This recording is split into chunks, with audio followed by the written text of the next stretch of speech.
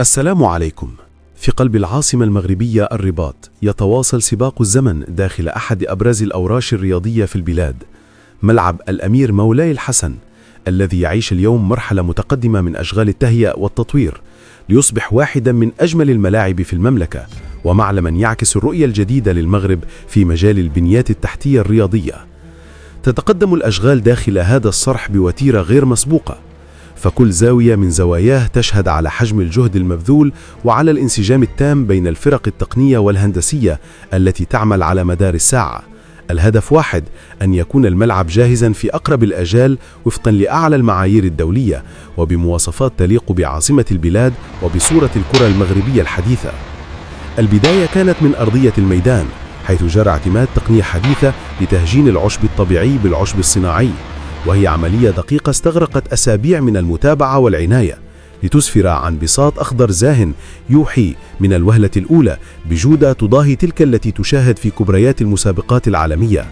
هذه الأرضية لم تكن مجرد تحسين، بل كانت نقلة نوعية في جودة المرافق الرياضية بالمغرب.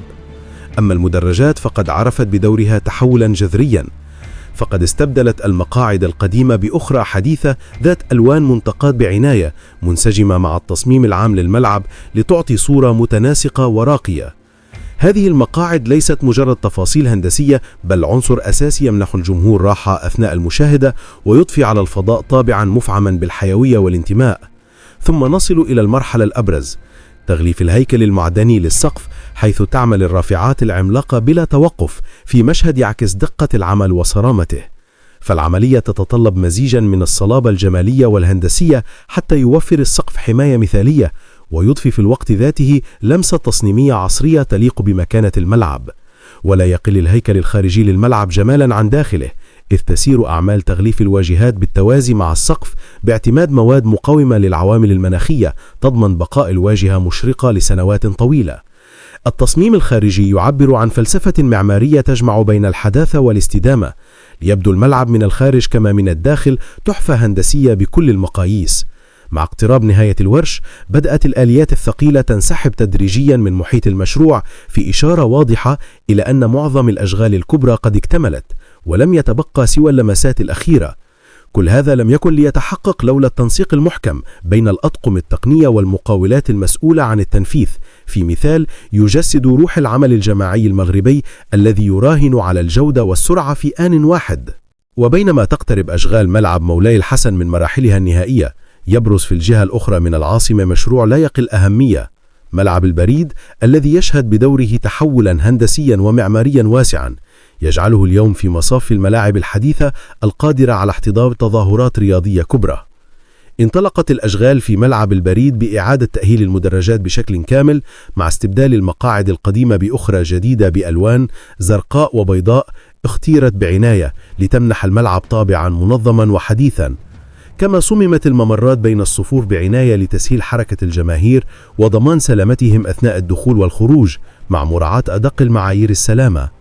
لم تقتصر الأعمال على الجانب الجمالي فحسب، بل شملت تقوية البنية التحتية تحت المدرجات من خلال تحسين العزل المياه وتركيب شبكات صرف صحي حديثة بما يضمن استدامة المنشأة على المدى الطويل. أما أرضية الميدان فقد خضعت لتسوية دقيقة قبل تركيب عشب طبيعي عالي الجودة مزود بنظام صرف فعال يمنع تراكم المياه في حالات الأمطار، ليقدم أرضية مثالية للعب تقلل من مخاطر إصابة اللاعبين وتحافظ على نسق الأداء. أما من الخارج فقد اكتسى الملعب واجهة معمارية بيضاء مذهلة على شكل شبكة هندسية متناسقة تمنحه مظهر يشبه الملاعب الأوروبية الكبرى. هذه الشبكة ليست مجرد لمسة جمالية، بل لها دور هيكلي في حماية الجدران من العوامل الجوية ومنح التماسك العام للبناء. يواصل العمال والمهندسون العمل بوتيرة متسارعة لتركيب عناصر السقف وضمان توزيع مثالي للإنارة، سواء في فترات النهار عبر الإضاءة الطبيعية أو في المساء عبر منظومة ضوئية حديثة تضمن رؤية واضحة داخل الميدان. الرافعات الضخمة والمنصات المتحركة وحركة العمال المستمرة كلها تعكس حجم الورش وضخامة الجهود المبذولة لإنجاز هذا الصرح الرياضي المتكامل. داخل المرافق يجري تجهيز غرف تبديل الملابس وغرف الصحافة ومناطق كبار الشخصيات بأحدث التجهيزات لتكون جاهزة لاستقبال مباريات دولية وأحداث كبرى.